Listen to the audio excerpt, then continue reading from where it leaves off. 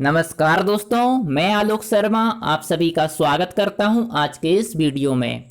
और आज मैं आपके लिए लेकर आया हूं करंट अफेयर के कुछ महत्वपूर्ण प्रश्न जो आपकी परीक्षा की दृष्टि से बहुत ही ज़्यादा महत्वपूर्ण हैं। तो आइए आज का वीडियो स्टार्ट करते हैं। पहला प्रश्न है, पीएम स्वनिधि योजना को लागू करने में कौन सा राज्य शीर्ष पर रहा है। अर्थात वह कौन सा राज्य है जिसने पीएम स्वनिधि योजना को बहुत अच्छे से लागू किया है। तो वह राज्य है मध्य प्रदेश। मध्य प्रदेश राज्य सरकार ने पीएम स्वनिधि योजना को बहुत अच्छे से लागू किया है। और इस पीएम स्वनिधि का जो फुल फॉर्म है यह भी आपसे एग्जाम में पूछा जा सकता है। तो इसका फुल फॉर्म होता है प्रधानमंत्री स्ट्रीट वेंडर्स आत्मनिर्भर निधि। यह जो स्ट्रीट वेंडर्स होते हैं यह कौन होते हैं? यह होते हैं जो रोड के आजू बाजू में छोटी छोटी दुकानें लगाए होते हैं, जैसे सब्जी वाले होते हैं। और भी आपने देखा होगा जो ठेले पर अपने जो सामान होते हैं उनको बेचते हैं, तो वो होते हैं स्ट्रीट वेंडर्स। तो उन्हीं के लिए यह योजना है पीएम स्वनिधि योजना। तो इस योजना के द्वारा स्ट्रीट वेंडर 10,000 रुपये तक का लोन ले सकते हैं। अब हम बात करें यदि मध्य प्रदेश की, तो मध्य प्रदेश के द्वारा और भी बहुत सी योजनाएं चलाई गई हैं। उन योजनाओं के नाम यहाँ पर आप देख सकते हैं। रोको टोको अभियान, जीवन शक्ति योजना, किल कोरोना अभियान, रोजगार सेतु योजना, चरण पादुका पहल, और भी ऐसी और भी योजनाएं हैं जो मध्य प्रदेश राज्य सरकार के द्वारा चलाई गई हैं। तो अब हम बात करते हैं अगले प्रश्न की।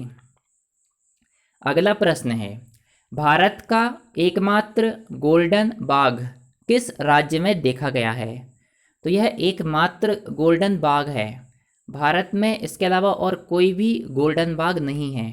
यह देखा गया है असम के काजीरंगा राष्ट्रीय उद्यान में। तो असम राज्य में जो काजीरंगा राष्ट्रीय उद्यान है वहाँ पर देखा गया है यह गोल्डन बाघ। असम की राजधानी भी कई बार एग्जाम में पूछी जाती है, तो असम की राजधानी है दिसपुर। अब हम बात करें यदि काजीरंगा राष्ट्रीय उद्यान की, तो असम का काजीरंगा राष्ट्रीय उद्यान एक सींग वाले गैंडे के लिए प्रसिद्ध है। और असम के अलावा कहाँ पर एक सींग वाले गैंडा पाए जाते हैं? तो यह पाए जाते हैं पश्चिम बंगाल में। असम से ही संबंध है हिमा दास का। तो हिमा दास का संबंध असम से है और यह भारतीय धावक हैं और इन्हें ढिंग एक्सप्रेस के नाम से भी जाना जाता है। हिमा दास को किस नाम से जाना जाता है? ढिंग एक्सप्रेस। अब हम बात करते हैं अगले प्रश्न की। तो बीसीसीआई ने अपने अंतरिम सीईओ के रूप में किसे नियुक्त किया है? तो बीसीसीआई ने अपने अंतरिम सीईओ के रूप में नियुक्त किया है हेमांग अमीन को। बीसीसीआई का फुल फॉर्म क्या है? तो बीसीसीआई का फुल फॉर्म है board of control for cricket in India. इसके अध्यक्ष कौन हैं? तो बीसीसीआई के अध्यक्ष हैं सौरभ गांगुली। और बीसीसीआई की स्थापना हुई थी 1928 में। अब हम बात करते हैं अगले प्रश्न की।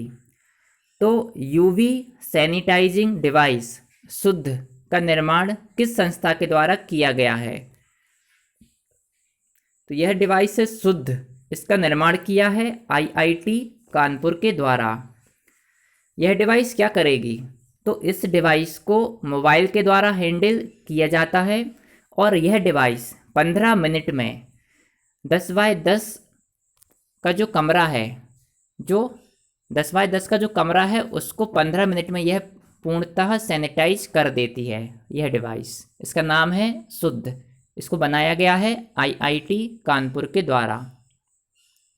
अब हम बात करते हैं अगले प्रश्न की। तो संयुक्त राष्ट्र की रिपोर्ट के अनुसार दुनिया भर में कितने लोग अल्पपोषित या भूखे हैं?